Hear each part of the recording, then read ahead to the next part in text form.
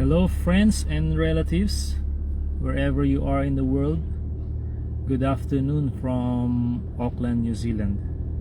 It is time for another Bible reading, and I'm going to read 4 chapters today from the book of Ecclesiastes. We'll start from chapters 1 to 4. And yeah, I'm going to read 4 chapters today, and we start. The words of the preacher, the son of David, king in Jerusalem. Vanity of vanities, says the preacher. Vanity of vanities, all is vanity.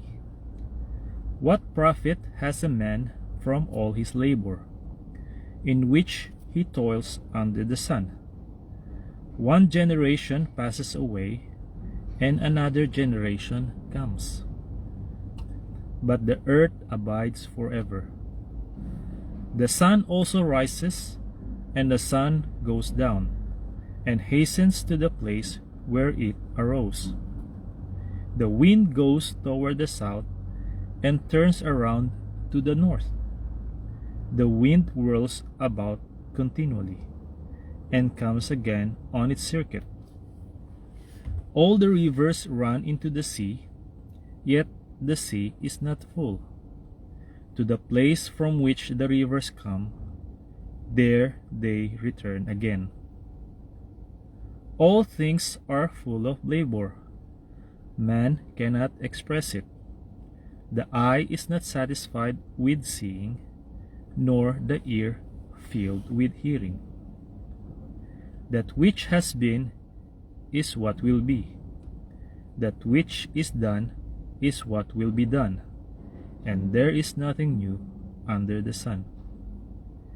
Is there anything of which it may be said, "See, this is new"? It has already been in ancient times before us.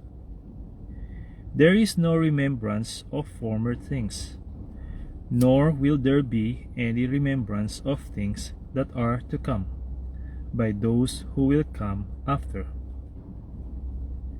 I, the preacher, was king over Israel in Jerusalem, and I set my heart to seek and search out by wisdom concerning all that is done under heaven. This burdensome task God has given to the sons of men, by which they may be exercised. I have seen all the works that are done under the sun, and indeed all is vanity and grasping for the wind. What is crooked cannot be made straight, and what is lacking cannot be numbered. I commune with my heart, saying, "Look, I have attained greatness, and have gained more wisdom than all who were before me in Jerusalem. My heart has understood great wisdom and knowledge, and I set my heart to know wisdom, and to know madness and folly. I perceive that this also is grasping for the wind. For in much wisdom is much grief, and he who increases knowledge increases sorrow." Chapter 2, starting with verse 1. I said in my heart, "Come now, I will test you with myrrh. Therefore enjoy pleasure." But surely this also was vanity. I said of laughter, "Madness," and of myrrh, "What does it accomplish?" I search in my heart how to gratify my flesh with wine, while guiding my heart with wisdom, and how to lay hold of folly, till I might see what was good for the sons of men, to do under heaven all the days of their lives. I made my works great.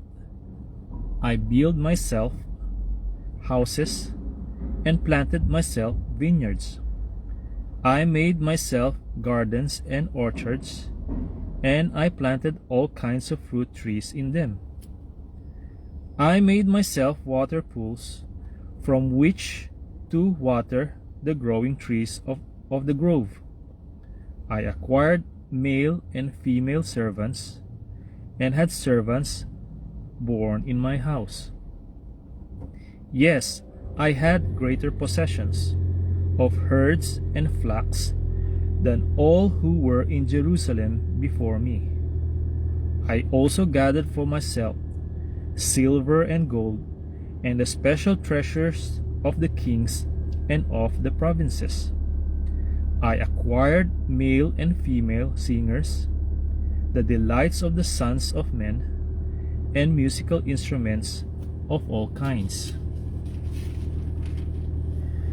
So I became great and excellent more than all who were before me in Jerusalem. Also my wisdom remained with me. Whatever my eyes desired, I did not keep from them. I did not withhold my heart from any pleasure, for my heart rejoiced in all my labor, and this was my reward from all my labor. Then I looked on all the works that my hands had done, and on the labor in which I had toiled, and indeed all was vanity and grasping for the wind. There was no profit under the sun. Then I turned myself to consider wisdom and madness and folly. For what can the man do who succeeds the king? Only what he has done. Then I saw that wisdom excels folly, as light excels darkness. The wise man's eyes are in his head, but the fool walks in darkness. Yet I myself perceive that the same event happens to them all. So I said in my heart, as it happens to the fool, it also happens to me. And why was I then more wise? Then I said in my heart, this also is vanity. For there is no more remembrance of the wise than of the fool forever, since all that now is will be forgotten in the days to come. And how does a wise man die? As the fool. Therefore, I hated life because the work that was done under the sun was distressing to me. For all is vanity and grasping for the wind. Then I hated all my labor in which I had toiled under the sun, because I must leave it to the man who will come after me. And who knows whether he will be wise or a fool? Yet he will rule over all my labor in which I toiled and in which I have shown myself wise under the sun. This also is vanity. Therefore, I turned my heart and despaired of all the labor in which I had toiled under the sun. For there is a man whose labor is with wisdom, knowledge, and skill. Yet he must leave his heritage to a man who has not labored for it. This also is vanity, and a great evil. For what has man for all his labor, and for the striving of his heart, with which he has toiled under the sun? For all his days are sorrowful, and his work burdensome. Even in the night his heart takes no rest.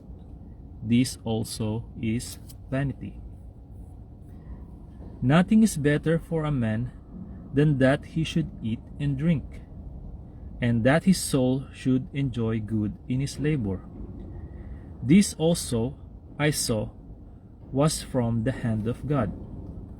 For who can eat or who can have enjoyment more than I? For God gives wisdom and knowledge and joy to a man who is good in his sight.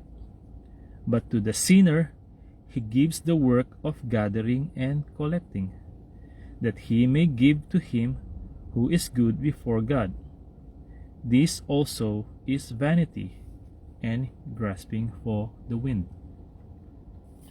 Chapter 3 of Ecclesiastes, starting on verse 1. To everything there is a season, a time for every purpose under heaven, a time to be born and a time to die, a time to plant and a time to pluck what is planted, a time to kill and a time to heal, a time to break down and a time to build up, a time to weep and a time to laugh, a time to mourn and a time to dance, a time to cast away stones and a time to gather stones, a time to embrace and a time to refrain from embracing, a time to gain and a time to lose, a time to keep and a time to throw away, a time to tear and a time to sue, a time to keep silence and a time to speak, a time to love and a time to hate, a time of war and a time of peace. What profit has the worker from that in which he labors? I have seen the God-given task with which the sons of men are to be occupied. He has made everything beautiful in its time. Also, he has put eternity in their hearts, except that no one can find out the work that God does from beginning to end. I know that nothing is better for them than to rejoice and to do good in their lives, and also that every man should eat and drink and enjoy the good of all his labor. It is the gift of God. I know that whatever God does, it shall be forever. Nothing can be added to it, and nothing taken from it. God does it, that men should fear before him. That which it has already been, and what is to be has already been, and God requires an account of what is past. Moreover, I saw under the sun, in the place of judgment, wickedness was there, and in the place of righteousness, iniquity was there. I said in my heart, God shall judge the righteous and the wicked, for there is a time there for every purpose and for every work. I said in my heart, concerning the condition of the sons of men, God tests them, that they may see that they themselves are like animals. For what happens to the sons of men also happens to animals. One thing befalls them, as one dies, so dies the other. Surely they all have one breath. Man has no advantage over animals, for all is vanity. All go to one place, all are from the dust, and all return to dust.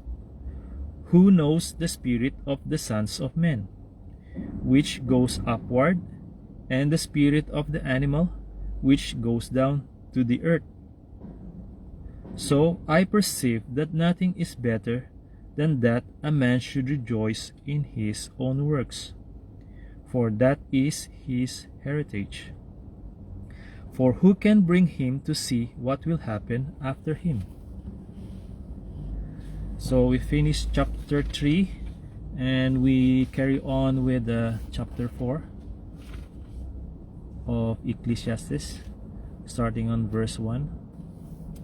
Then I returned and considered all the oppression that is done under the sun. And look, the tears of the oppressed, but they have no comforter. On the side of their oppressors there is power, but they have no comforter. Therefore I praise the dead who were already dead, more than the living who are still alive. Yet better than both is he who has never existed, who has not seen the evil work that is done under the sun. Again, I saw that for all toil and every skillful work a man is envied by his neighbor. This also is vanity and grasping for the wind. The fool folds his hands and consumes his own flesh. Better a handful with quietness than both hands full, together with toil and grasping for the wind. Then I returned, and I saw vanity under the sun. There is one alone without companion. He has neither son nor brother, yet there is no end to all his labors, nor in his eye satisfied with riches. But he never asked, for whom do I toil and deprive myself of good? This also is vanity and a grave misfortune. Two are better than one, because they have a good reward for their labor. For if they fall, one will lift up his companion, but woe to him who is alone when he falls, for he has no one to help him up. Again, if two lie down together, they will keep warm. But how can one be warm alone? Though one may be overpowered by another, two can withstand him. And a threefold cord is not quickly broken. Better a poor and a wise youth than an old and foolish king who will be admonished no more. For he comes out of prison to be king, although he was born poor in his kingdom. I saw all the living who walk under the sun. They were with the second youth who stand in his place. There was no end of all the people over whom he was made king. Yet those who come afterward will not rejoice in him. Surely this also is vanity and grasping for the wind. Okay, friends and relatives, that's all for now. To God be the glory, honor, and praise. See you on my next Bible reading. Bye bye.